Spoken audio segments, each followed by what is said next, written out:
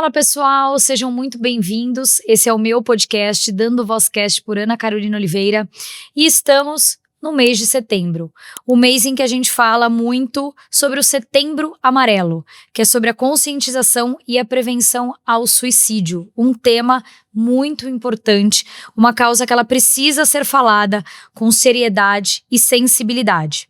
Hoje nós vamos falar muito sobre o cuidado com a saúde mental, sobre acolhimento, prevenção, e nós vamos trazer informações de qualidade e histórias de vida que com certeza vão tocar muitos de vocês aí do outro lado.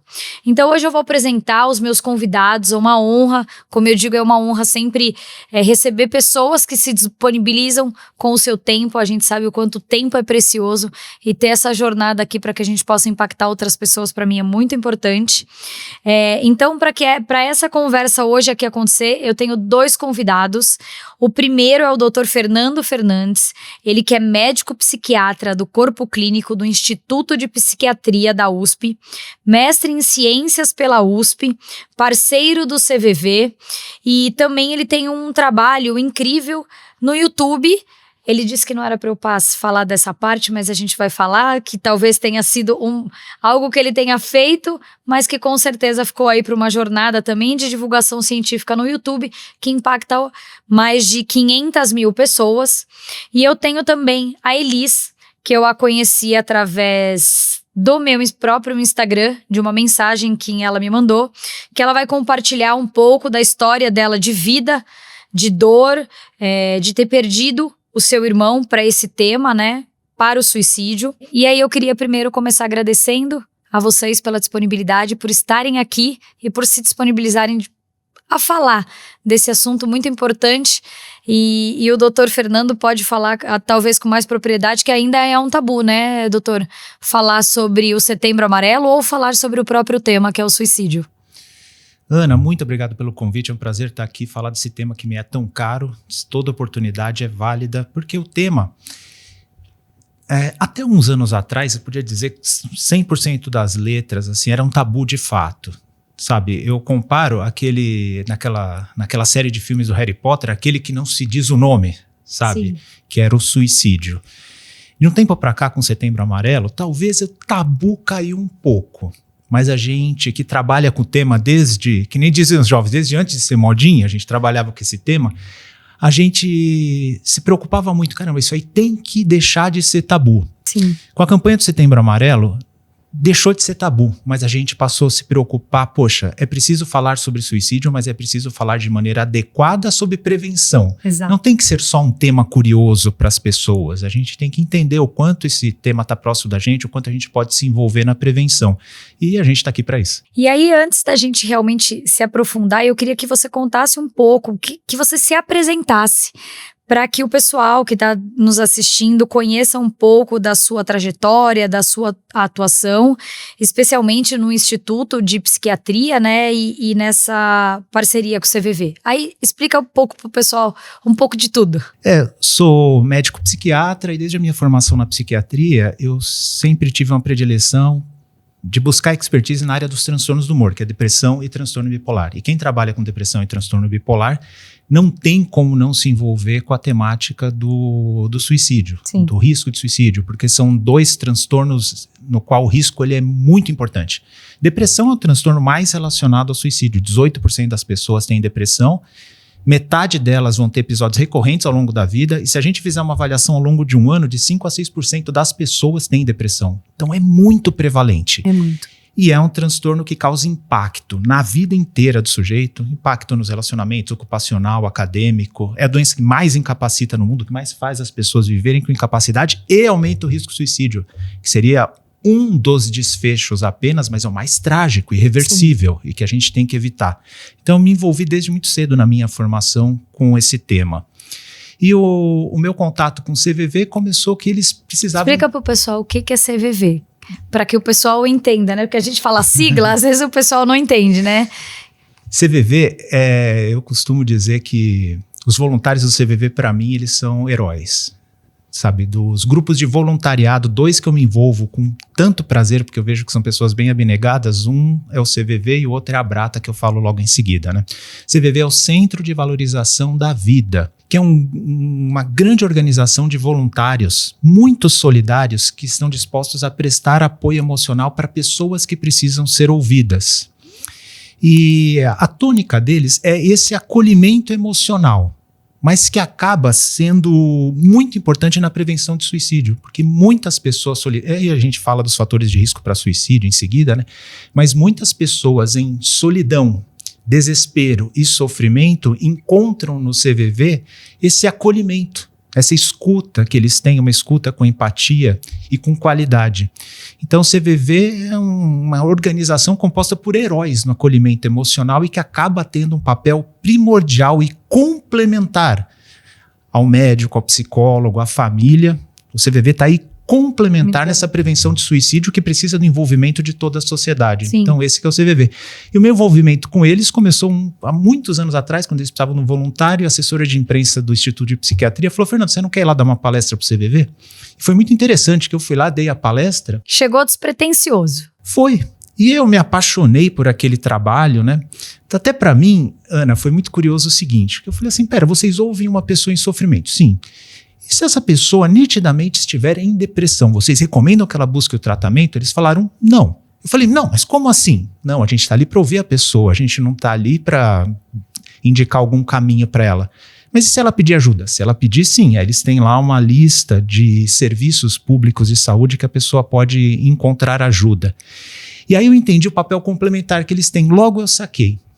O papel deles não é direcionar as pessoas para serviços de saúde. Eventualmente, alguém que peça isso, eles ajudam nesse sentido. Mas o papel deles está em ouvir e acolher. E aí eu entendi que eles fazem parte numa máquina muito grande que a gente tem que fazer funcionar de uma maneira fluida, da prevenção de suicídio e da saúde mental de uma maneira geral, sim, pensando mais ampla. Eles são uma das engrenagens, como eu falei.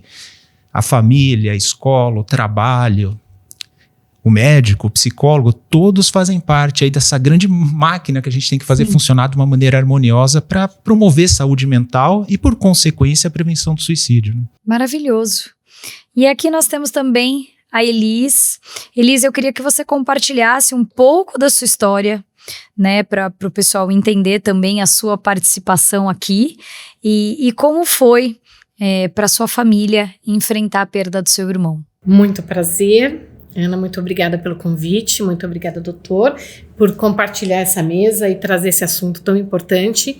Eu acho que é muito importante trazer isso à luz do dia, às claras. Eu morei numa cidade do interior, e a perda do meu irmão aconteceu numa cidade do interior, então onde se esconder um suicídio é ainda mais comum, né? Onde se vinha ainda mais porque é uma vergonha, tabu, né? Porque é uma vergonha, porque não se diz que você que você é de uma família de um suicida, embora na região que isso tenha acontecido, se tem um índice muito grande até hoje, não se consegue entender, e assim, os números são muito confusos, né? Porque como não se tem muito registro disso, antigamente os números são bem confusos, então os relatos são familiares, as histórias acontecem, você sabe porque alguém te contou. Então, a nossa experiência com a perda do meu irmão aconteceu no dia 18 de maio de 2001, então já se foram 24 anos. Foi uma madrugada de uma terça para quarta-feira, e foi um dia que ele morava com meu pai e com a minha mãe, e ele estava sozinho em casa. Então, eu acho que assim, esse tema carrega muito da culpa da família. Eu acho que isso é uma coisa bastante importante de se falar para a família dos enlutados, para a família que fica, né? Porque existem alguns pontos de vista. A gente fala do ponto de vista da depressão, do suicídio, do que leva e das pessoas que ficam. De como a gente se sente depois que tudo acontece. Né? Então, eu acho que existe o tratamento, existe todas as perguntas que vêm depois pra gente como uma carga emocional muito grande, que é quando todas as pessoas sempre te perguntam, mas vocês nunca perceberam se ele estava em depressão? Vocês nunca acompanharam se ele tinha algum comportamento diferente? Vocês nunca perceberam que estava acontecendo alguma coisa? Já existe uma culpa. Já existe uma culpa, a sociedade. E a sociedade te pressiona ainda mais para este lugar de culpa. Te traz um questionamento, que eu acho que ok, porque as pessoas têm uma curiosidade, as pessoas querem saber, né? Mas o que eu tenho como resposta para isso, muito claro para mim, a gente vem na minha casa de uma família, de uma criação, que chora, engole e segue a vida. Ai, vou me trancar no quarto para chorar. Primeiro que o quarto nem tem chave. Querido, você não vai chorar no seu quarto trancado. O quarto não tem chave. Ai, vou assistir uma televisão. Não, seu quarto nem tem televisão. Porque a gente está falando de uma família, quer dizer, uma educação que vem um pouco diferente do que a gente tem hoje. E acho até de um esclarecimento diferente do que se vem. Né? Eu acho que a vida moderna veio com uma discussão, uma discussão muito mais saudável para se falar de saúde emocional, para se falar de depressão, de terapia, de se cuidar muito mais emocionalmente. Falo pela minha experiência, adoraria que fosse diferente para a gente, né, doutora? Então, o que eu percebo como era o comportamento do meu irmão. A gente sabe que era um comportamento emocionalmente que se alterava muito. Ora estava bem, ora não. Ora estava bem, ora não. Mas ele era muito bom em disfarçar. Ele era muito bom em estar bem o tempo inteiro. Em se fazer bem o tempo inteiro. Era uma pessoa que gostava muito de receber, de acolher. Ele tinha quantos anos na época? 29. De receber, de acolher, de ter amigos em casa, de fazer barulho, de ter barulho. Então, tudo isso, depois, quando você vê as coisas realmente acontecendo, você começa a buscar os pequenos ingredientes que justificam tudo o que aconteceu. Mas, assim, obviamente que a gente não enxergava que tudo podia chegar ali. Ah, mas se eu juntasse a culpa, aí a gente volta para a culpa. Assim, em fatos isolados, vocês não chegam a uma conclusão. Quando junta pequenos sinais ou coisas que aconteceram, você fala, talvez ali pudesse ser alguma coisa. Talvez ali pudesse. Aí a gente tem um agravante que, para mim, é um agravante bastante importante para o perfil dele. Particularmente para o perfil dele, que eu acho que a gente foge talvez até um pouco da discussão da depressão, que é uma criança que sofreu maus tratos, que sofreu abuso, que teve um começo de infância bastante fragilizada, com a ausência da mãe e com uma autoconfiança muito abalada. Então, ali, a estrutura emocional dele já foi abalada na primeira infância. Já deixou de existir. Então, assim, foi uma criança que cresceu já com um comportamento sempre inseguro. Então, uma criança que sofreu bullying na escola, sofreu bullying da professora, que minha mãe foi na escola muitas vezes bater na professora, queria bater na professora, que é aquelas coisas, né? Você quer bater em todo mundo, você quer bater nas crianças, quer bater no professor, você quer de alguma forma. Então, ele já cresceu com talvez uma visão distorcida, porque emocionalmente ele não estava em uma boa construção da sua segurança, né? Então, acho que tem essa visão também que hoje eu trago para minha experiência de mãe, que é uma experiência que as minhas filhas, hoje eu tenho uma filha de 8 anos e uma de 10. Eu tenho bastante cuidado com esse olhar com elas. Confesso que quando eram pequenas eu já ficava em estado de alerta, tudo eu achava que não tá, olha, tal mãe não convidou minha filha pra festinha. Tudo eu voltava. Repetir o ciclo que tinha acontecido na sua família. Eu tinha medo que tudo que tinha acontecido com ele voltasse a acontecer. Sim. E era uma coisa assim, eu tava fazendo umas coisas meio piradas. Porque eu comecei com uma mania de perseguição, assim, eu achava que tudo estava acontecendo com as minhas filhas. Que tudo era sobre elas, né? Sobre elas. E fui recomendada, minha filha, ir para terapia. Óbvio, a gente foi fazer terapia. E a terapeuta me chamou. E ela falou para mim, ela falou assim, Elis, isso tudo tá na sua cabeça. Porque as meninas não sentem isso. Não tá acontecendo nada. Não está acontecendo nada. As meninas estão bem. Tá tudo bem, Essas coisas estão na sua cabeça. Você acha que as suas filhas vão ser excluídas numa festinha, você acha que as pessoas vão olhar torto, você acha que vai ter bullying, você acha que... Começa a tirar. Porque os traumas estavam dentro de você, não dentro delas, Porque eu vi isso acontecer na minha casa. Sim. E eu sei como isso acabou. E eu vi essa criança, porque quando eu nasci, o Marcos tinha 2 anos e meio. Eu nasci, ele já estava lá. Então, talvez a gente possa até voltar a falar disso, né? Eu nasci, ele estava lá, ele já estava uma criança machucada.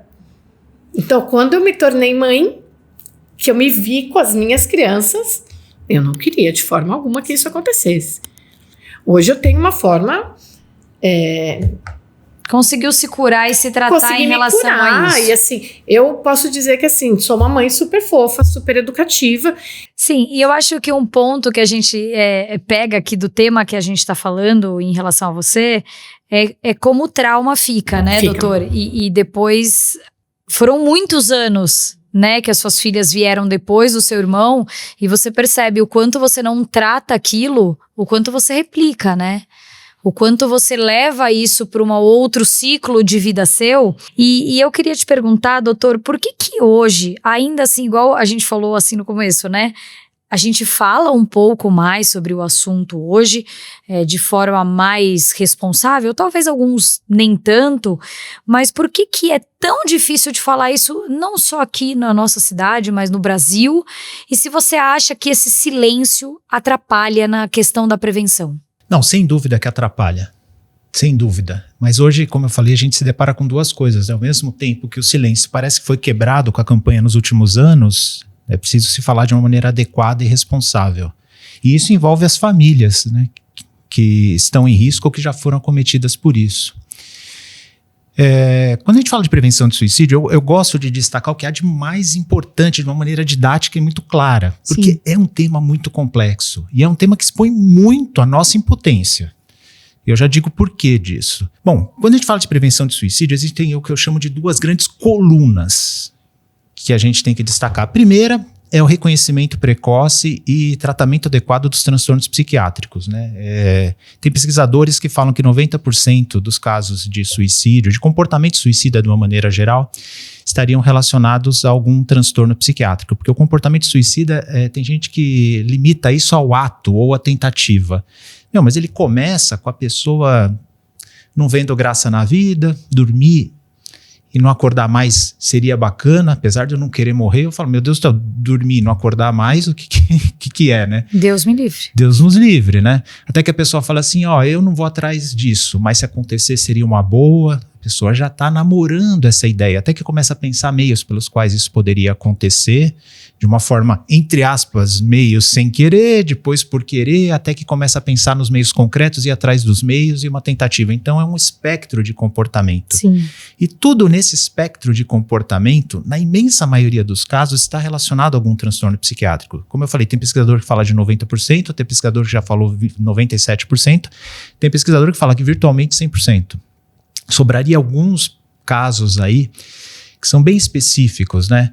Por exemplo, um pai que vê um filho em perigo e ele, por exemplo, vamos imaginar uma situação, né? Um filho vai sofrer um acidente, o pai corre, empurra o filho e ele sofre um acidente no lugar do filho.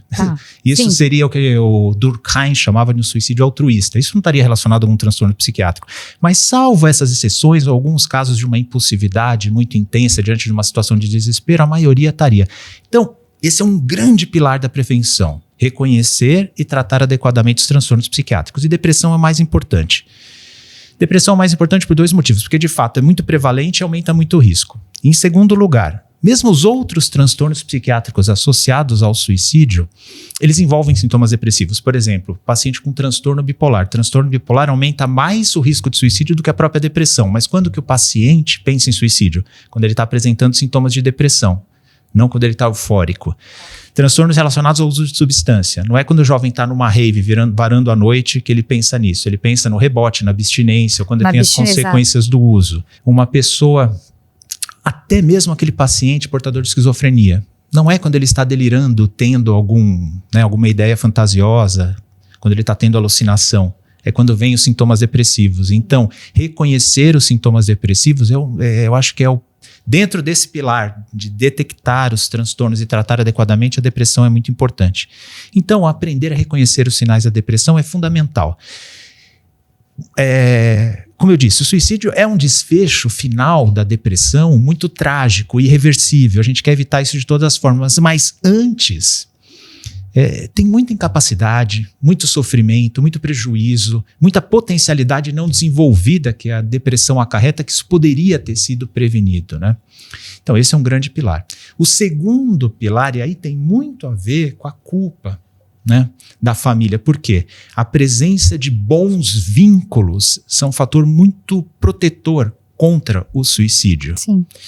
Então, vínculos em todas as esferas. Isso começa nos nossos, que a gente chama de vínculos primários, que são os vínculos familiares, os amigos queridos, que a gente pode contar no momento que a gente precisa de cumplicidade.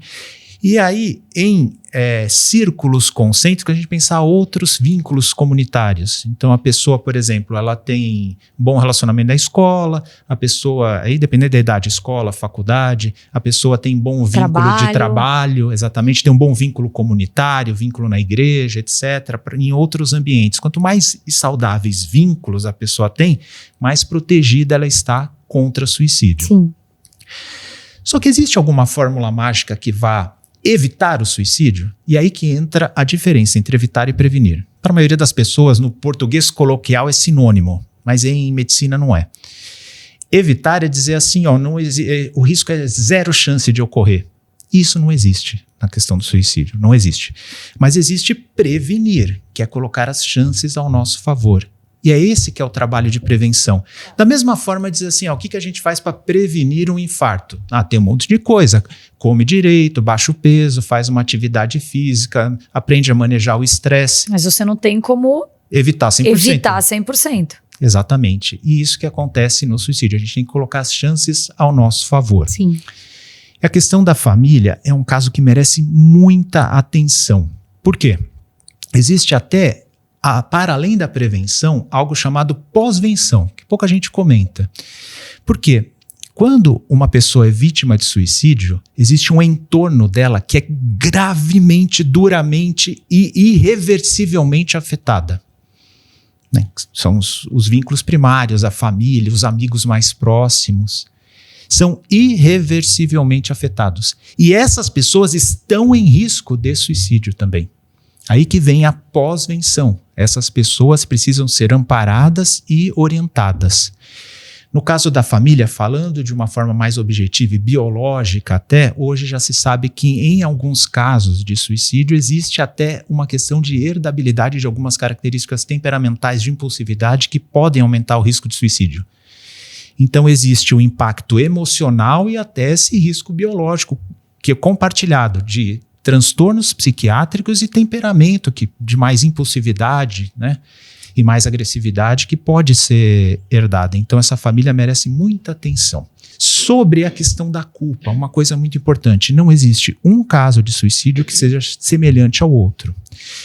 E no Setembro Amarelo, com toda boa intenção, as pessoas elas propagam algumas ideias que são parcialmente corretas e o que é parcialmente correto é parcialmente incorreto. Incorreto. Então, por exemplo, o que eu falei para vocês? Vamos pegar o número de 90, pode até ser mais, mas não é isso que importa o número exato, importa o conceito. 90% dos casos de suicídios estão associados a algum transtorno psiquiátrico. Psiquiátrico, isso. Muitas vezes se propaga a ideia, 90% dos casos de suicídio poderiam ter sido evitados. Opa, calma lá, que salto é esse? Não é por aí. Por exemplo, eu conheço a senhora Terezinha Máximo, já estive com ela em vários eventos. Ela é presidente da Associação Brasileira de Pais Enlutados Sobreviventes de Suicídio. E ela fala, minha filha fazia tratamento médico, fazia tratamento psiquiátrico, fazia tratamento psicológico. Ela tinha uma boa família que dava amparo, mesmo assim ocorreu o suicídio. Então ela fez tudo o que ela podia para colocar as chances a favor dela. Ela fez a prevenção possível, mesmo assim o suicídio aconteceu. Então esse é um caso. Outro caso é de um amigo muito querido, que é o senhor Ivo Oliveira, que também é um pai enlutado por suicídio, perdeu a filhinha com 18 anos. E ele fala, Fernando, eu revisei e nessas horas, você pode me dizer, As pessoas ficam rebobinando um filme da vida o tempo todo, 24 horas, pra por muito tempo. Pra saber onde foi que eu errei. Exatamente. E para acompanhar, para saber os últimos passos. Você volta nas últimas horas. Para ver se poderia ter sido evitado. Aí volta essa palavra, né? E o Ivo, ele me fala, Fernando, em nenhum momento ela expressou sofrimento psíquico. Ela não tinha. Aconteceu de surpresa. Isso pode acontecer? Pode. Então, outra coisa que fazem bastante, Ana, é assim. Então, os 90% não tá dentro do 90%. Pois é.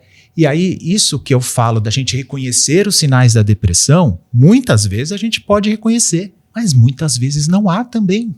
Muitas vezes não há. No caso do senhor Ivo, ele fala, Fernando, não havia sinal de sofrimento psíquico. Então, até hoje ele não sabe se a filha tinha, escondia ou simplesmente aconteceu. Doutor, eu vou falar uma coisa e eu vou falar sobre mim. E que eu caí numa realidade, né, depois... E não vou dizer que eu tenho vergonha de falar isso, mas eu achava assim...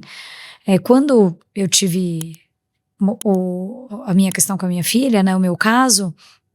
Eu ficava assim, porque a maior parte das pessoas que estão ao seu redor tem medo disso, né? De você entrar numa depressão, diante de uma tragédia, o que acontece e tal.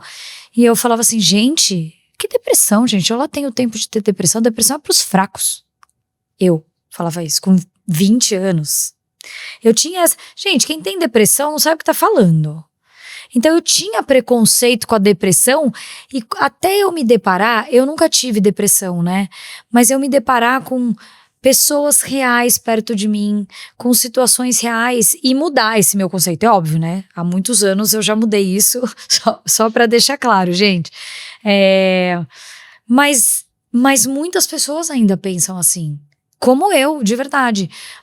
Não, eu não tenho tempo de depressão, não posso ter depressão. Ou... Até o pior, depressão é coisa de rico.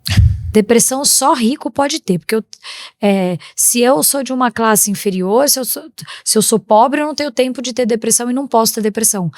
E isso é um conceito muito deturpado, né? Porque isso tá na pessoa, às vezes é incontrolável. Quer dizer, é incontrolável a maioria das vezes, né? Sim, sem dúvida.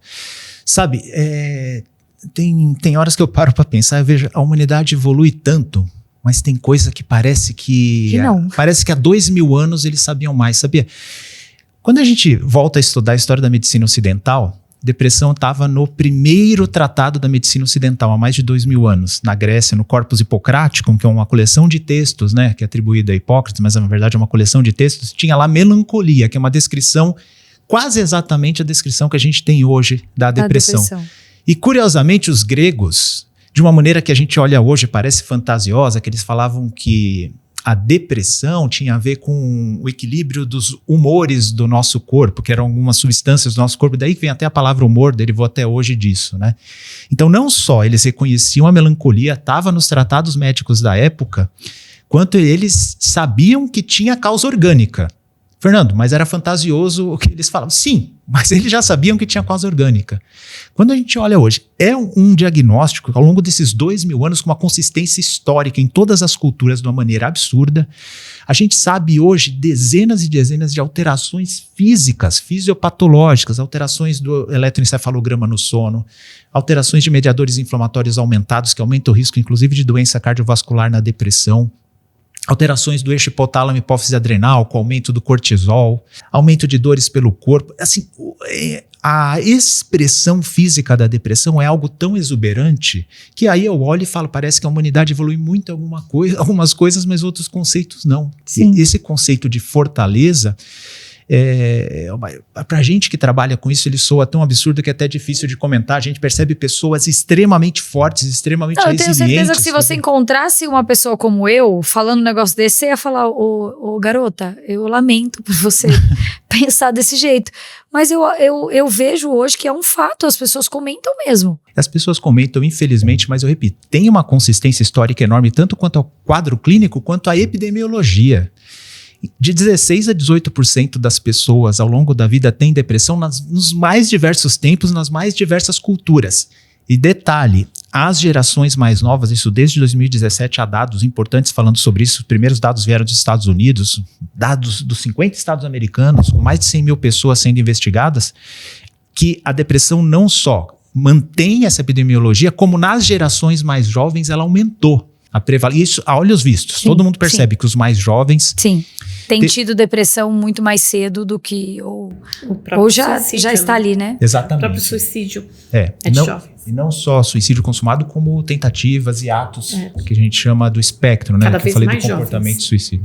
Ô Elis, me fala uma coisa, nesse contexto familiar seu, depois que aconteceu o fato com o seu irmão, como ficou a sua família, assim, quais foram as lições que vocês tiraram desse olhar e dessa pesquisa mental que a família fez em relação ao que aconteceu com ele? Então, é uma pergunta interessante. Olhando pelo ponto de vista assim, falando de pesquisa mental, a gente teve alguns tipos de comportamento na família. Eu tive um comportamento muito prático do momento que eu soube até o dia de hoje, desde as providências com relação ao corpo, a tudo que aconteceu no dia, desde a notícia, todo o meu comportamento. Ele tinha 29, você tinha 27.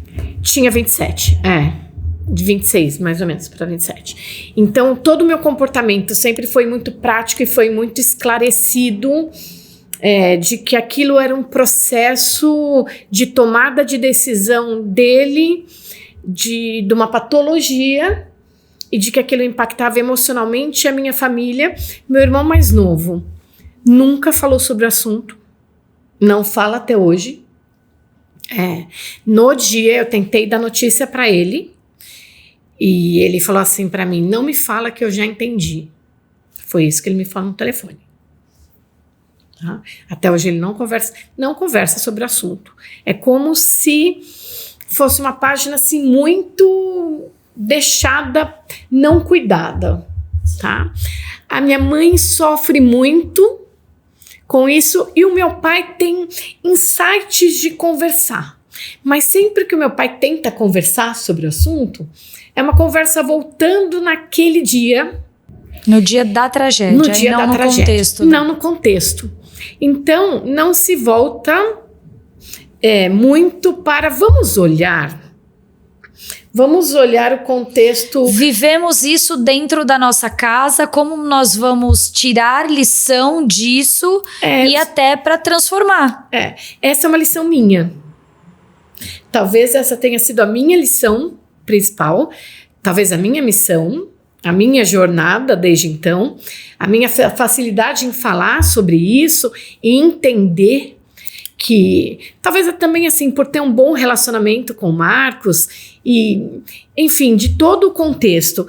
Meu pai infartou naquele dia, naquele momento, 3 vezes. Ele não teve uma morte súbita, a gente não sabe por quê. Né? Naquele momento que ele viu meu irmão, porque foi ele que encontrou meu irmão, ele teve a atitude dele foi de segurar para tentar achar que fazia. Então ele relatou para um primo que ele sentiu uma dor muito forte no peito e 1 ano depois a gente descobriu que ele tinha tido 3 infartos. Meu pai hoje é safenado, tal, e ainda acompanha muito. Então assim, existem muitas coisas que emocionalmente na família não foram muito bem diluídas. Espiritualmente, meu pai foi muito bem acolhido na época. Ele passou por um processo de tentar entender o que tinha acontecido. Se apegou à religião. A gente sempre foi bastante espiritualizado. E o mais engraçado também que o Marcos também. Sim. O Marcos sabia talvez as consequências espirituais daquilo que ele estava fazendo. Sim. Né? Então ele sabia quanto isso foge um pouquinho da medicina, mas ele sabia exatamente o que ele estava fazendo. Sim. Né? Então meu pai foi se curar emocionalmente disso, se apegou muito a esse tratamento todo, foi muito bem acolhido espiritualmente, então ele teve uma visão, mas assim, eu fui buscar me tratar encarando tudo isso como aconteceu, e existe uma missão de que alguma coisa a gente precisa fazer. Transformar essa dor, essa história, porque é uma realidade. Sim, é uma realidade. É uma realidade, infelizmente. E aí, doutor, diante dessa realidade que a própria Elis fala, Quais, e dentro do seu canal, dentro da sua página, você fala quais são esses sinais, né? Quais são esses sinais que as famílias e que os amigos, eles podem observar? Não sei se esse é o termo, e aí você me corrija se eu estiver errada, no sentido de poder agir, né? Poder transformar. Qual que é a participação da família nestes processos? Família e amigos próximos, né? Família e aqueles amigos Sim, mais próximos, que são a família que a gente escolhe. A família, né? Que a gente escolhe, que às vezes depende do contexto familiar que a pessoa tem, os famílias próximos são mais família que a própria família. Hoje mesmo eu estava lá no Instituto de Psiquiatria, que hoje foi um evento chamado IPQ Portas Abertas, que é aberto à comunidade, e uma moça levantou exatamente essa questão. Uma moça com diagnóstico de transtorno bipolar, e ela falou exatamente isso, que na família ela não encontra o apoio que eu tinha conversado na palestra. Eu falei, olha, então a gente tem que aumentar a sua rede de apoio. Às vezes os amigos próximos, aquela família que a gente escolhe que acaba suprindo nesses momentos, né? Olha, o que a gente deve reconhecer? Já feita a ressalva que eu falei aqui, que às vezes é difícil, às vezes não reconhece mesmo. E eu vou pegar um gancho. Todo mundo pergunta se eu não vi nada do que aconteceu da minha filha, se não tinha indícios de que ela sofria violência. Não tinha. Então, dadas as devidas proporções e a diferença dos casos, é isso. Tem casos que você não vai decifrar. Infelizmente, quando chegou a um extremo, né, da pessoa, da família se deparar com isso, que é o caso que você contou pra gente. Ana, por um instante, não foi exatamente o mesmo caso, mas você passou coisa muito semelhante. Eu tô falando com uma sobrevivente também aqui, né? Tá não, mas eu tô dizendo assim, o caso desse pai que você falou, que a filha não deu indício nenhum de que poderia, é o que eu tô dizendo, dadas as devidas proporções dos casos. Não, as proporções são semelhantes. Mas eu digo assim, ela não deu sinais. E esse pai... E aí as pessoas também ficam... Mas você não viu? Você não descobrou? Você não... E aí a pessoa quer que você tenha uma culpa que até acontecer você não tinha, né? Sim. Mas continua. Desculpa, eu te interrompi. Não, que é isso. Que é isso. É muito importante então, vamos lá. Falando reconhecendo da os sinais, família, né? E os sinais... Vamos lá. Depressão é o transtorno psiquiátrico mais associado ao risco de suicídio, e já expliquei até que se não for depressão, sintomas depressivos mesmo em outros contextos, né? Uma que mais se reconhece na depressão é tristeza. Tem muita gente que associa ainda a depressão à tristeza, né? O que não é tão errado, porque tristeza é um sentimento muito comum na depressão, mas pode haver outras coisas. A pessoa, às vezes, ela não sente propriamente tristeza, mas ela sente desprazer com a vida. As coisas tanto faz como tanto fez, as coisas que antes alegravam, ela não vê mais graça, então perde esse colorido, mesmo sem sentir tristeza. Então existe até depressão sem tristeza. Esses são os dois principais sintomas, que a gente chama anedonia, que é a perda da capacidade de sentir prazer, e a tristeza. Mas muitos outros sentimentos estão envolvidos. Baixa autoestima é um sentimento envolvido na depressão. Muitas pessoas têm ansiedade, muitas pessoas têm o sentimento que a gente chama de desvalia, de incapacidade. Tudo isso aí faz parte dos sentimentos da depressão. Os sentimentos da depressão é uma coisa muito mais ampla que apenas tristeza. Só que depressão não é só sentimento, essa é uma das esferas. Depressão afeta também, por exemplo, o nosso físico.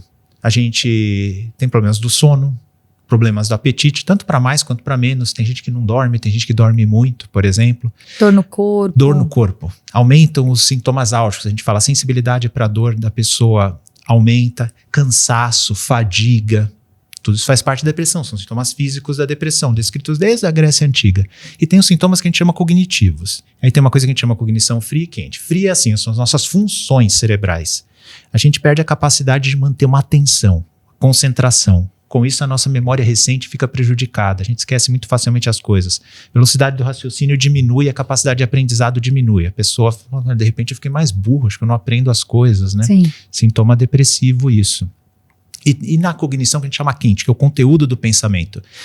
Pessimismo, fatalismo, niilismo, aquela visão acinzentada que a pessoa tem de si mesma, dos relacionamentos, do mundo, tudo tem esse viés mais distorcido. Então, como você vê, a depressão ela é muito abrangente. Não é à toa que é uma doença tão incapacitante. Perdão, depressão, por algum dia eu ter te desacreditado. Porque é bastante coisa. Porque ela é... É a doença que mais incapacita no mundo, de todas as doenças da medicina, não é todas as doenças da psiquiatria. Você pega em homens e mulheres no mundo todo. Mas, doutor, isso, muitas vezes, a pessoa não consegue reconhecer essa depressão. Posso complementar, então? Pode, Ana? maravilhoso. Que é o seguinte... Se eu te interromper, você fala.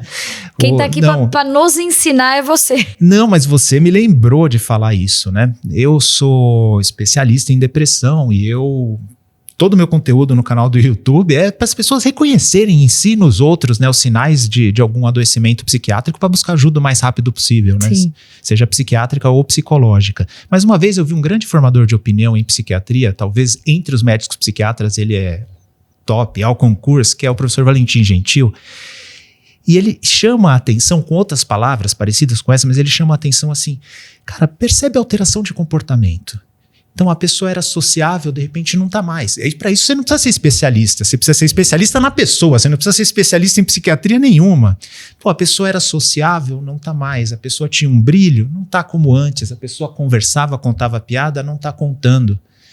A pessoa tinha um desempenho no trabalho, e para gestor isso é muito importante. A hora que baixar o desempenho, em vez da primeira coisa ser dar uma bronca ou baixar a avaliação dela, vai ver se está acontecendo alguma coisa com ela, na humanidade mesmo. Se você é um professor, um aluno está te dando problema, pode ser porque baixou o desempenho dele e ele não está estudando, ou pode ser porque ele está mais bagunceiro, mais agressivo. A primeira coisa que a gente pensa é ter raiva de uma pessoa que está atrapalhando o nosso dia a dia. Pensa, cara, o dia dela não pode estar bom. Ou será que está acontecendo alguma coisa com ela? Nesse sentido, todo mundo é especialista. Você entende? Porque não precisa ter estudado o tanto que eu estudei, fala. Exato, porque para observar isso, você não precisa ser especialista em matéria nenhuma, você só precisa ser especialista em se observar o meio e ter empatia e olhar para o próximo. Exatamente. Então eu chamo a atenção para isso. Viu uma pessoa que mudou o comportamento? Aí eu destaco algumas coisas. Baixou o rendimento nos relacionamentos, está se isolando, baixou o rendimento no trabalho, baixou o rendimento nos estudos, percebe que a pessoa não está mais sociável como antes, pô, esteja disponível para ouvir essa pessoa. Vai lá e dá os teus ouvidos para ela, vê se está acontecendo alguma coisa. Na melhor das hipóteses, Ana, você vai ver como a pessoa vai dizer, não, estou passando um momento um pouco mais complicado, estou um pouco mais cansado e é só isso. Ou, realmente eu estou sofrendo com alguma coisa. No mínimo a pessoa desabafa. Na pior das hipóteses, você pode reconhecer uma pessoa que está num sofrimento mais profundo, possivelmente com algum transtorno psiquiátrico, prestar uma ajuda. Aliás, ouvir já é uma ajuda. Muitas vezes quando a gente ouve alguém em sofrimento, aquela escuta de qualidade, né? O que é uma escuta de qualidade? Separa um tempo legal, ouve. Gente, presta atenção nisso, o que é uma escuta de qualidade. A gente tem uma brincadeira que existe que é assim, Deus deu 2 ouvidos e uma boca. Pois é. Né? Então, às vezes tem muitas pessoas, em várias situações que eu trago aqui, a gente não tá falando só sobre depressão e suicídio, até qualquer coisa. Escute com qualidade, sem você querer dar sua opinião o tempo todo. A pessoa só quer uma escuta. Então conclui, doutor. Não, é fundamental isso, né? Acho que tá até na Bíblia isso, né? Seja rápido em ouvir e tardio em falar, né? 2 ouvidos e uma boca. Isso aí é bastante sábio. Eu acho que um passo anterior seria o seguinte: você tem real interesse em saber da vida dessa pessoa? Você tem real interesse pelo bem-estar dessa pessoa? Se você tem, então ouve. Só ouvindo você vai entender o estado mental dela. Esse é o primeiro passo da empatia. O segundo passo é, entendendo o estado mental dela, isso ter uma repercussão afetiva em você. Se você tem real interesse pela pessoa, isso vai acontecer. E de uma maneira quase que sobrenatural, vocês vão concordar comigo aqui, a gente percebe quando a pessoa só está recebendo a onda sonora no ouvido e quando ela está ouvindo de fato. Você percebe, a pessoa não precisa falar nada. Isso aí é uma capacidade quase sobrenatural do ser humano, de reconhecer quando a empatia está rolando. E não precisa muito, é ouvir e ter real interesse pela pessoa. E se você tiver, a não ser que se você não for uma anomalia, um total psicopata, isso vai ter uma repercussão afetiva em você. E muitas vezes você está ali, você entendeu a pessoa, você está sentindo a dor dela, não do mesmo jeito que ela, mas a dor dela teve uma repercussão em você, isso que eu quero dizer. Aí você está pensando, cara, como é que eu vou ajudar? Não tem nem solução o problema dessa pessoa. Aí de repente, Ana, a pessoa chega, olha, valeu, você me ajudou bastante. Aí você pensa assim, cara, eu nem falei nem nada, não fiz nada. Mas só de se mostrar estar disponível, isso eu vou te dar um importante. Exemplo do que aconteceu. Eu tive uma demanda no meu gabinete, uma senhora que ela só queria falar comigo. Tentou várias vezes e ela só queria falar comigo. Vou resumir aqui pra gente não se estender. Ela tem um neto atípico, o neto foi agredido dentro da escola, ela não se conforma, a escola não deu acolhimento, não teve o que ela gostaria que tivesse tido de atendimento realmente, o que deveria ter acontecido na escola. Ela tá numa raiva, um ódio dentro dela que ela não consegue se controlar. E foi nítido. Então, quando ela chegou no meu gabinete, recebi ela. Quando ela chegou no meu gabinete, eu deixei ela falar tudo o que ela queria. Ela falou mal dos meus assessores, falou que assessor não presta, falou que só o vereador que podia ouvir e tal. E eu deixei ela falar. Aí ela queria uma solução pro caso dela, eu fui contextualizando, explicando pra ela que aquele momento de nervosismo dela, resumindo. Quando eu terminei, eu falei assim, eu posso dar um abraço na senhora? E eu fiquei assim, uns 2 minutos abraçada com ela. Mas assim, um abraço que eu sentia que aquela mulher precisava. A semana passada ela me mandou uma carta dizendo que o que eu fiz, porque ela entende que ela chegou lá num estado de desespero, que ela entende, pediu perdão para os meus assessores, porque os meus assessores não eram aquilo, e que foi o melhor abraço que ela pôde ouvir, que ela pôde ter naquele momento de desespero que ela estava. E assim, eu nem sabia desse estudo aí todo que você ia falar, mas mostra que realmente a pessoa ela quer só falar, colocar pra fora aquilo que ela tá sentindo, e eu pude dar aquele momento que eu podia dar, que foi o acolhimento e o abraço. E aí ela me escreveu uma carta, isso. Mas entrando nesse seu assunto, eu tive a oportunidade de falar de todo esse contexto do meu irmão há 2 anos, num podcast, e eu recebi centenas de mensagens e de e-mails. Todos eles eu respondi. Muitas famílias relatando seus casos e falando da sua dor e falando do acontecimento. E todos eu respondi, e sempre só acolhendo, porque você não tem o que dizer. Tem situações que não tem. É como um velório. O que você precisa é ver que as pessoas estão lá. As pessoas não têm o que te falar. Exato. O exemplo do velório, desculpa interromper, o exemplo do velório é muito bom. É muito bom. Para essa questão da solução, porque as pessoas, se alguém tem sofrimento, muita gente ouve já pensando, eu preciso propor uma solução para ela. E não é isso. Não é e isso. a pessoa fala assim, o que eu falo? Eu Não tô é pra indo falar. lá, o que eu falo para ela? Não fala nada. Só esteja lá. E esteja lá, de coração aberto, se mostrando disposto, porque são essas atitudes que às vezes fazem diferença. E é engraçado, o dia que aconteceu isso com o meu irmão, eu tava numa cidade a 14 quilômetros, e enquanto eu ia me deslocar, porque eu tava falando com IML e tudo, eu liguei para 2 amigos do meu irmão irem para casa do meu pai para fazer companhia para ele enquanto eu chegasse. Quando eu cheguei, eu me lembro de entrar na sala e por um segundo, assim, entrar na casa do meu pai e ver as coisas como o meu irmão tinha passado por aquele lugar há poucas horas. Então parecia que tudo estava em câmera lenta, assim, tudo estranhamente em câmera lenta. E aqueles 2 amigos do meu irmão mais novo estavam ali. Eles não levantaram, não me abraçaram, mas eu também não fui em direção a eles, mas eu sabia que eles estavam ali. Aquilo me bastou. Sim. Pro resto da vida. E como foi pra sua família passar por esse processo de luto? Foi bem sofrido, foi muito culposo, foi assim, o que poderíamos ter feito? O e se é toda hora. O e se é toda hora. O meu pai refez todos os passos dele. Então meu pai no primeiro momento, a hora que encontrou ele, já começou a culpa, que meu pai estava sozinho. A hora que o encontrou, fez aquele tentativa de segurar. E meu pai tentou sair do portão para pedir ajuda 3 vezes. E não conseguiu. Porque ele tentava sair, mas eu vou deixar ele sozinho. Tentava sair, eu vou deixar ele sozinho. Tentava sair, eu vou deixar... Então ele já não conseguia pedir ajuda, porque ele já se sentia culpado de deixar ele sozinho dentro de casa. Aí ele conseguiu sair. Pediu ajuda para um vizinho. O vizinho chegou, uma cidade desse tamanho. Todo mundo já a delegacia era 1,5 quadra. Ele chamou a polícia. Em 10 minutos tinha a cidade inteira estava na porta da casa. Estava na porta, a rua estava bloqueada, estava todo aquele cenário de filme, e por casos da vida não tinha nenhuma ocorrência na região naquele dia, então até a perícia chegou muito rápido, né? Então o meu pai viveu aquilo muito sozinho por algumas horas, né? Não tinha ninguém ali por algumas horas. Depois disso, meu pai voltou nos próximos dias. Ele ficou aqui em São Paulo com a minha mãe por 10 dias. Minha mãe, meu pai e meu irmão mais novo. Eu voltei na casa sozinha para descaracterizar um pouco. Tinha os cachorros, eu tinha que dar comida para os cachorros. Então, eu fiz questão de ir sozinha. Então, assim, e você volta, você vê as coisas que a pessoa usou pela última vez, onde elas estão. Meu irmão deixou uma carta, e antes dele deixar aquela carta, ele tentou escrever várias cartas. Que estavam lá também. Então, estavam lá, amassadas num canto. Então, eu recolhi todas aquelas cartas, tinha roupa para lavar, eu lavei a roupa. Eu passei um dia na casa, lavando o copo, fazendo tudo o que tinha para fazer. Então, assim, talvez esse processo também tenha sido muito importante, porque eu vivi todo aquele... Para encerrar um ciclo. Todo aquele... Tirar o alicate. Eu lembro de cada pequeno detalhe. O alicate de unha... E às vezes eu pensava assim, eu falava, Marcos, por que você fez isso, cara? Eu pensava. Sim. Eu tinha uma conversa que eu falava assim, por que você fez isso?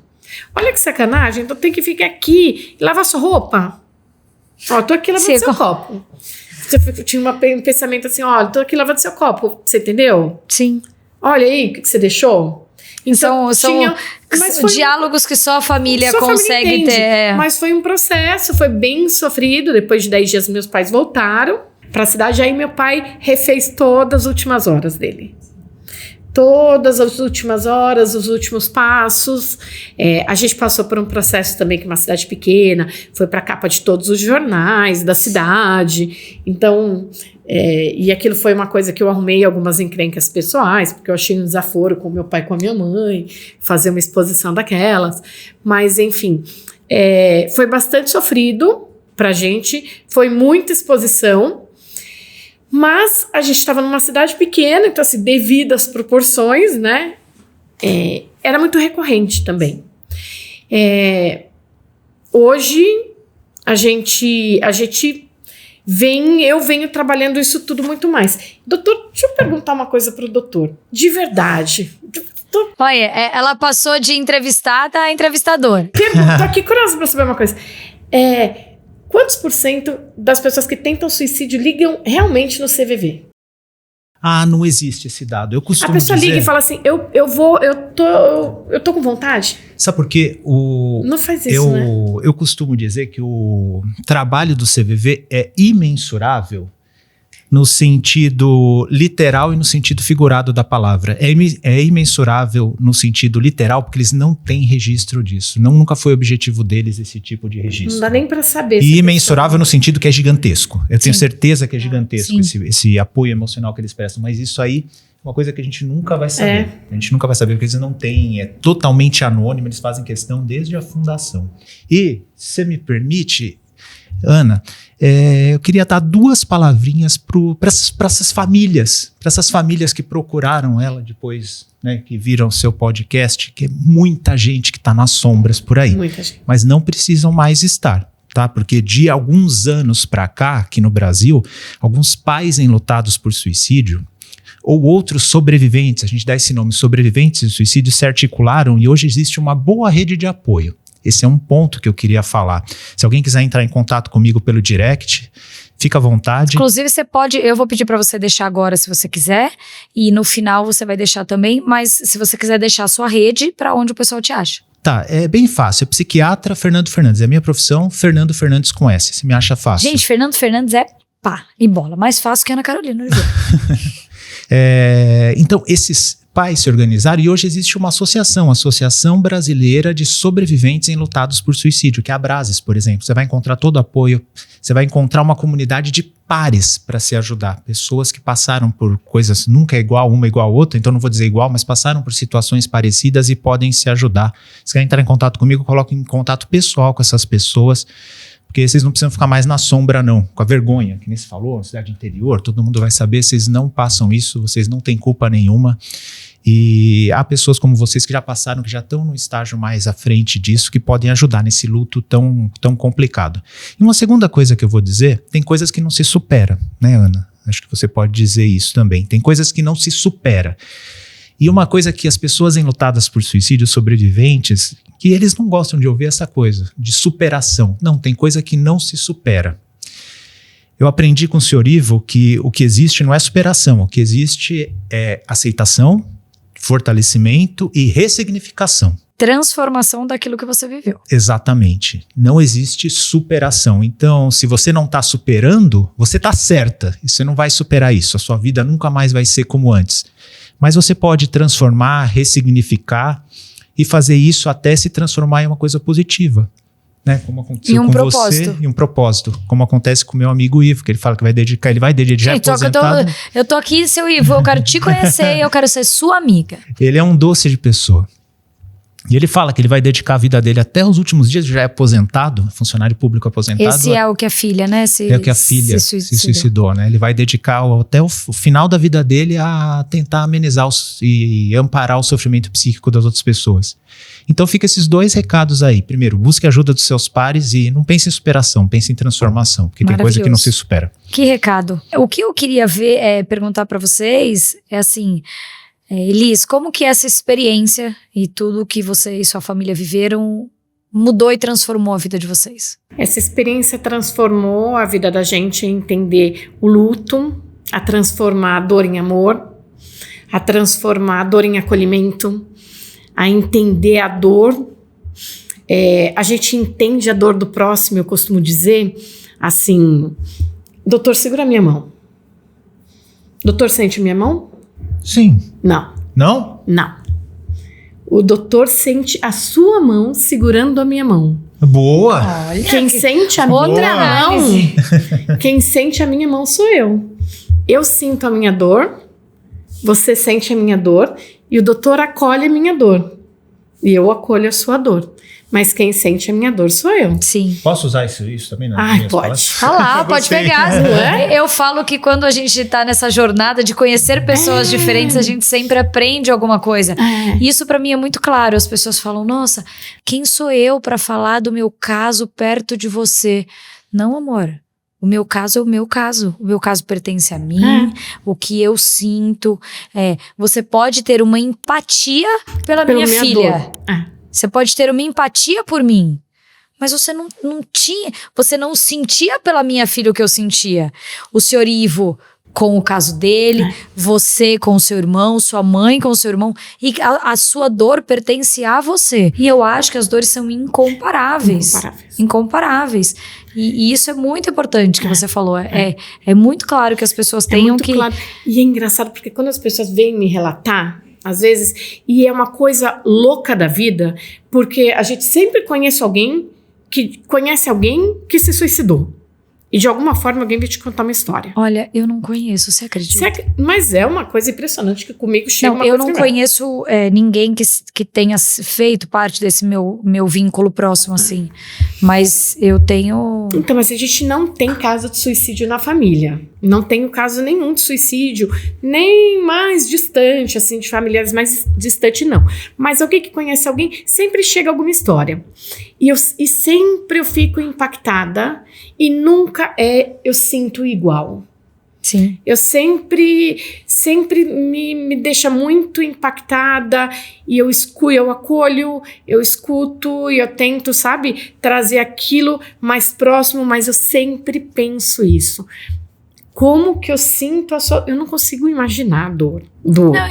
Você... Né? É uma forma, assim, acho que perder o meu irmão de uma forma tão trágica que pra gente foi, me fez entender o amor, a potência do amor e do acolhimento. Que bonito. Sabe?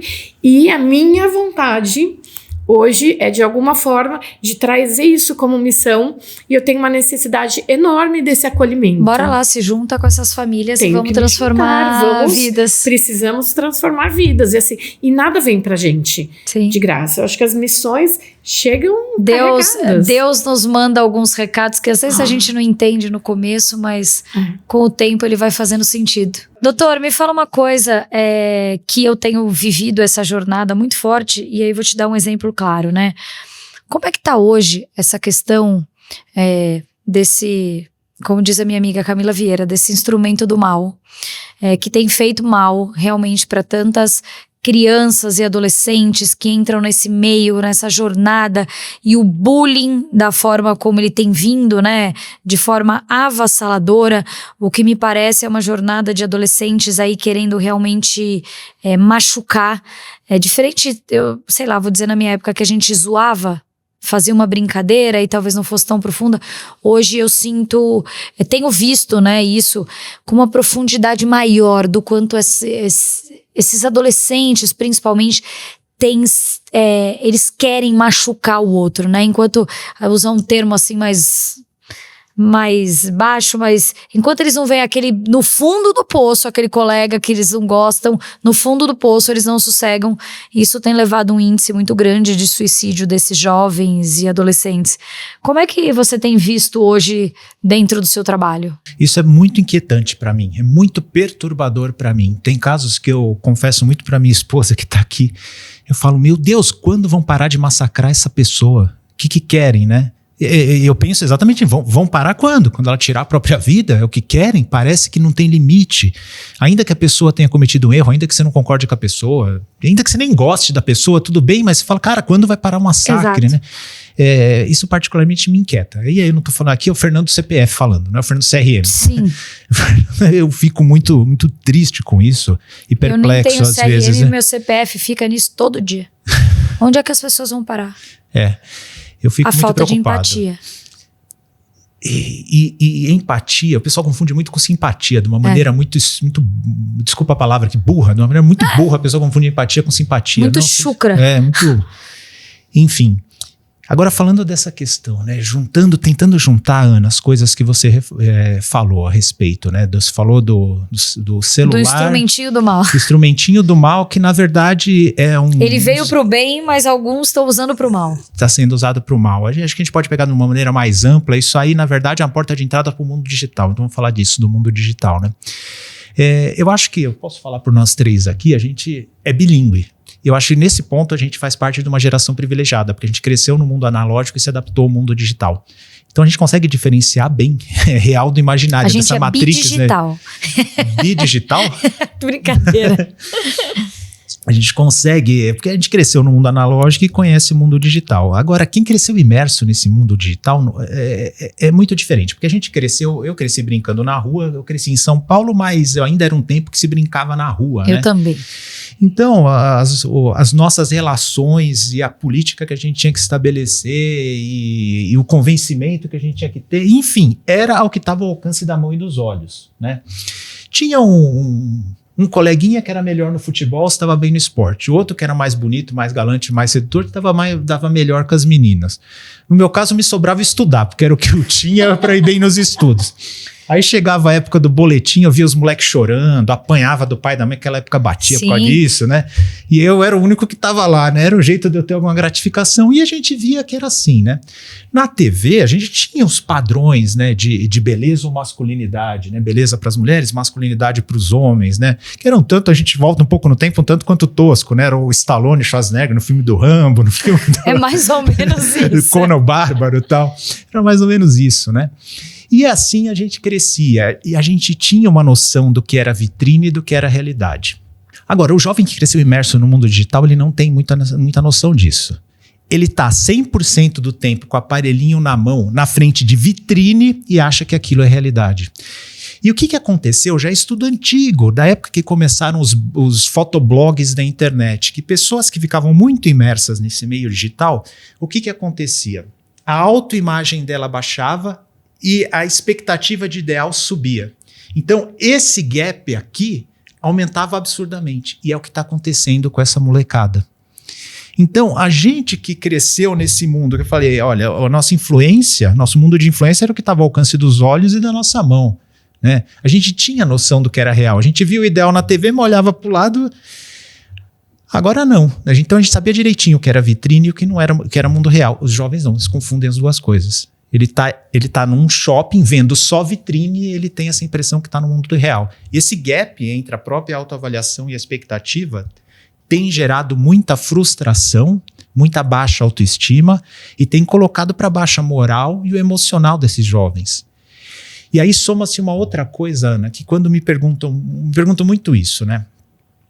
Por que está aumentando a depressão nos jovens? Será que tem a ver com o mundo digital? Eu acho que tem a ver, mas eu acho que não explica tudo, não.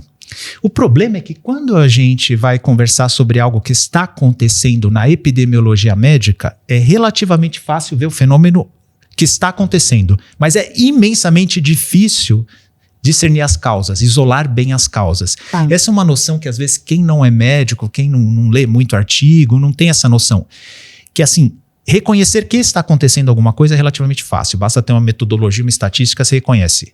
Os motivos disso é muito difícil, são outros 500. Então, por que está aumentando a incidência de depressão nos adolescentes?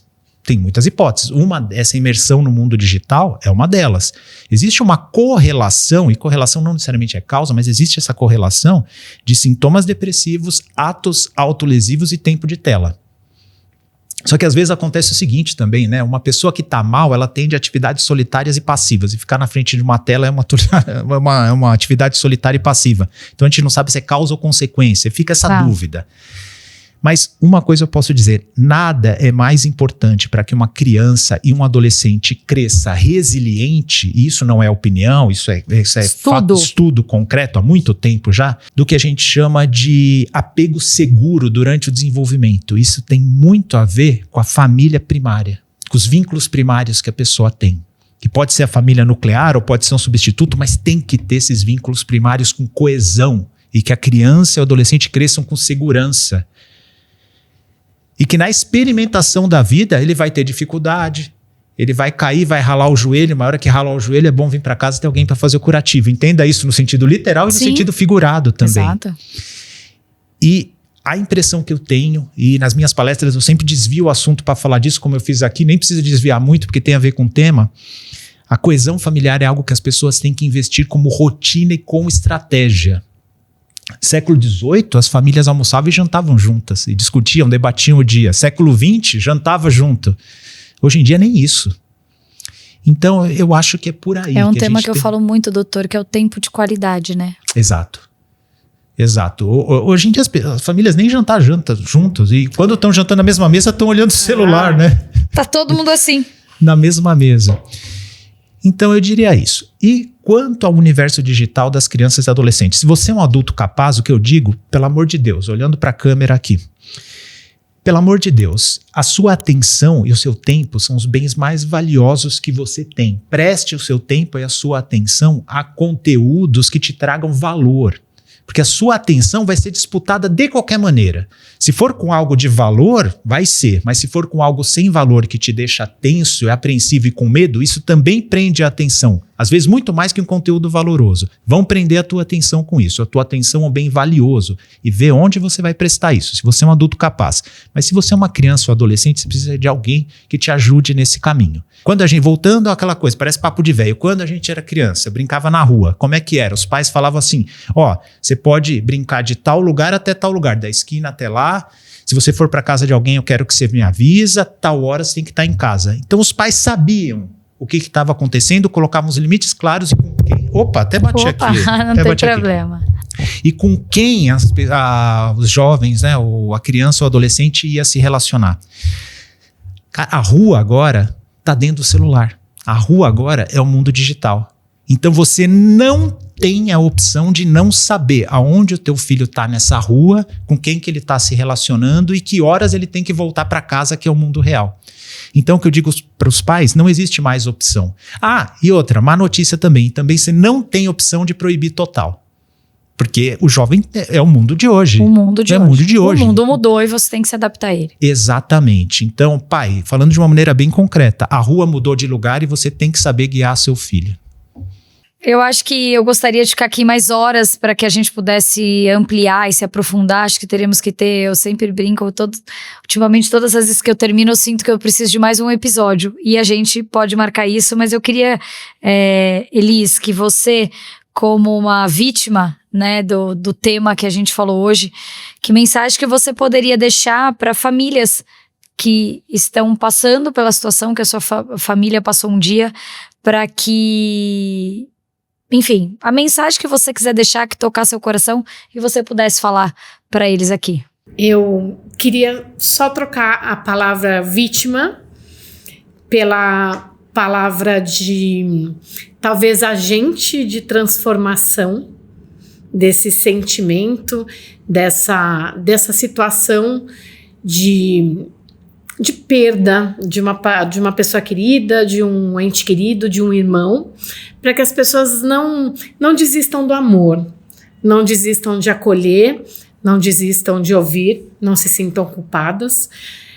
As famílias não são culpadas, nós tivemos momentos maravilhosos, acolhemos tudo o que aconteceu e lutaremos para que outras pessoas não passem por isso. Mas temos que enfrentar a nossa história, os nossos desafios com amor, com acolhimento. Eu acho que é uma coragem para a gente enfrentar a nossa história, compartilhar, falar, permitir se curar.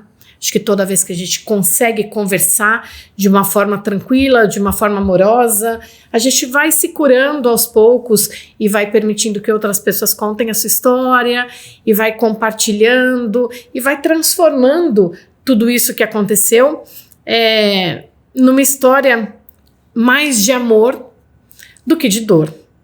Eu acho que é esse tom da transformação, né? Que a gente precisa ressignificar para quem passou por isso. E as pessoas que estiverem precisando de ajuda, que procurem uma ajuda profissional adequada. Não vão encontrar isso na internet, não vão encontrar isso em outros qualquer canais que não sejam os mais adequados, na sua rede de apoio, nas pessoas que te amam. Busquem ajuda, falem, né? E quem puder, acolha. Eu acho que isso é o mais o que eu aprendi de mais importante em tudo que aconteceu. A gente, um minutinho muda a vida de alguém. Com certeza. Obrigada, Elis. E doutor, se o senhor pudesse deixar essa mensagem final e esse recado para quem talvez hoje esteja passando por esse momento de sofrimento, que está nesse silêncio e não sabe onde buscar essa ajuda. Qual que é a mensagem que o senhor deixaria para essa pessoa hoje? Bom, espero que a nossa conversa aqui tenha ajudado as pessoas a se reconhecerem dessa forma, porque às vezes as pessoas estão em sofrimento, tão confusas e não se dão conta que às vezes estão passando por algum problema psiquiátrico que é tratável. Então espero que essas pessoas possam se reconhecer mais e principalmente quem está são. Também espero que a nossa conversa aqui tenha sensibilizado essas pessoas para olhar um pouco mais ao redor, observar as pessoas, né? Que estão com alguma alteração, as pessoas que estão estranhas, às vezes até as pessoas que estão nos incomodando, às vezes aqueles que estão irritados, que estão nos incomodando, né? Primeira coisa que a gente pensa em julgar, às vezes a pessoa precisa de um acolhimento, precisa de uma escuta. Espero que a gente tenha sensibilizado essas pessoas. Busque uma ajuda profissional se perceber que a pessoa está em risco. Espero que a gente possa ter sensibilizado um pouco mais nesse sentido, para prevenir. Ainda que a pessoa esteja longe de um risco de suicídio, né, mas prevenir sofrimento, perda, disfuncionalidade, né, desnecessária para coisas que são tratáveis, né? Para afecções que são tratáveis. Isso para quem está em risco ou para quem está são e que precisa olhar ao redor, né? Porque isso é muito mais frequente do que a gente pensa. Que você tem o seu olhar empático. Exatamente. E para as famílias que passaram por isso ou estão passando por isso, eu queria dizer assim, olha, não existe a pessoa suicida. Como assim não existe a pessoa suicida? Eu aprendi também com os sobreviventes enlutados. O que existe é um ser humano que não deve ser definido pelo seu ato derradeiro. Que não deve ser definido dessa forma. Então não existe o suicida. Existe uma pessoa que tem história, que amou, que foi amada, que tinha aspirações e que no momento de desespero tomou uma atitude infelizmente equivocada, né? Então que existe essa pessoa e que essa transformação, então, porque esse luto nunca acaba, esse luto é uma transformação, e que essa transformação possa ressignificar inclusive a história dessas pessoas. Amém. Muito obrigado pelo seu recado. Isso eu me identifiquei com várias coisas que você fala, porque eu falo exatamente, né? A sua filha, as pessoas querem definir isso. Eu falo, gente, a minha filha não é uma tragédia que ela viveu. A minha filha é aquilo que nós vivemos por quase 6 anos. A história da minha filha é de vida, não é a história de morte. E isso é esse recado que você deu para essas famílias, para não definição, realmente é muito bonito. Parabéns. Mais uma vez eu quero agradecer a oportunidade de vocês estarem, de ter cedido um pouquinho do tempo de vocês para estarem aqui. Eu realmente acho que a gente ainda tinha um conteúdo muito amplo para falar, mas o nosso tempo acaba ficando mais restrito. Então eu queria deixar aqui para vocês compartilhar uma lembrança aqui do meu podcast, da Bombom, que é minha parceira aqui, doutor. Tava escondido uma lembrancinha que eu trouxe para você também. Gente, esse tema super para mim, olha aqui, do doutor Fernando, resiliência. Eu acho que esse é um tema que muitas pessoas falam para mim, que realmente eu me vejo hoje nesse tema. Então, são 50 questões para você, para ajudar a enfrentar dificuldades e adversidades, ó. E onde o pessoal acha um desse? Olha, normalmente na Amazon mesmo. Então pode procurar na internet. Então, acho o doutor Fernando Fernandes. Ele tem aqui essa caixinha muito legal. Vou abrir já, porque eu sou dessa curiosa. Quando a gente encerrar aqui, eu já vou abrir. E que você possa achar e aí se transformar. E aí eu queria mais uma vez agradecer ao Dr. Fernando, a Elis, por essa conversa, que ela é realmente necessária. E a gente acaba, assim, eu comecei essa jornada esse ano, né, com o meu podcast, mas a gente acaba falando sobre o tema em setembro, né, doutor? Mas é um tema que ele tem que ser falado diariamente, mensalmente, anualmente. Não pode deixar só para se falar em setembro. Exatamente. A minha amiga, a doutora Alexandrina Meleiro, que é uma grande médica psiquiatra, uma grande embaixadora no tema, ela fala assim, setembro amarelo o ano todo. Setembro amarelo. E quando eu lancei o Maio Laranja, com o meu projeto do Silêncio que Grita, eu falo... maio o ano todo, laranja o ano todo. Então a gente precisa falar. E aí também falar aqui para você que o Setembro Amarelo, ele é mais que um mês, como o doutor falou, é mais que uma campanha, é um chamado para que a gente tenha esse olhar criterioso, esse olhar específico e que a gente possa realmente ter muita empatia e muito cuidado. Se você que está nos assistindo, que você ouviu nós em qualquer um de nossos canais e está passando por algum momento difícil, você procure ajuda. Assim como nós falamos aqui, o doutor falou do CVV, que é o Centro de Valorização à Vida. Ele atende gratuitamente pelo telefone através do 188. 24 horas por dia, então não tem desculpa. Ou pelo site cvv.org.br, que lá você pode encontrar muitas informações que possam te ajudar. Então, se essa conversa aqui fez sentido para você, te tocou, se você entende que alguém no seu ciclo, no seu rol está precisando desse conteúdo, não deixe de passar para essas pessoas, de compartilhar, não deixe de se inscrever no nosso canal, clicar, curtir, compartilhar. E mais uma vez, muito obrigada por você ter ficado conosco aqui até agora. Um beijo e até a próxima.